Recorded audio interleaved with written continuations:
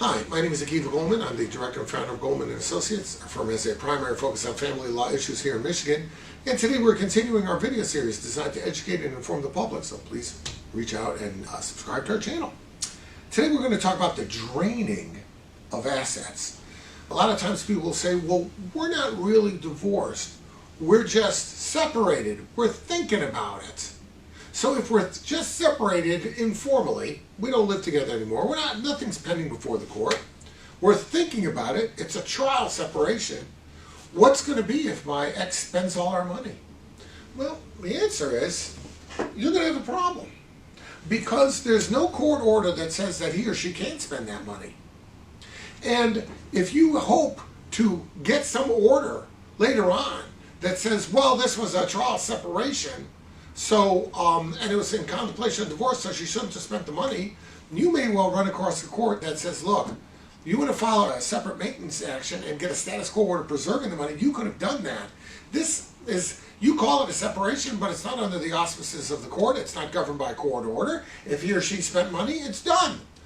You file for divorce now, we'll look at the assets now and freeze them. But if you want to come and say, yeah, last year we had a trial separation, he spent $50,000 in Vegas, I want that money back, you're going to have a very hard time for two reasons. Number one, there's no court order that proscribes that activity. Number two, you can get every court order you want. If the money's not there, the money's not there. You can get an order that says he owes you money. Yeah, so maybe, we'll pay you back over the weeks or months, but it doesn't necessarily create money to put back in your pocket.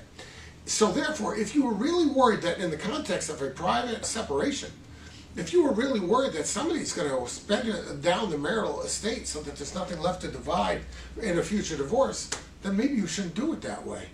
Then maybe you should do your separation by filing a complaint for what's called separate maintenance. And in conjunction with that claim, get a court order that says other than what's needed for regular, normal living, there is no spending. There's no big ticket items being bought or sold. There's no big investments being made or liquidated. You could make such an order that the court will sign in a separate maintenance action.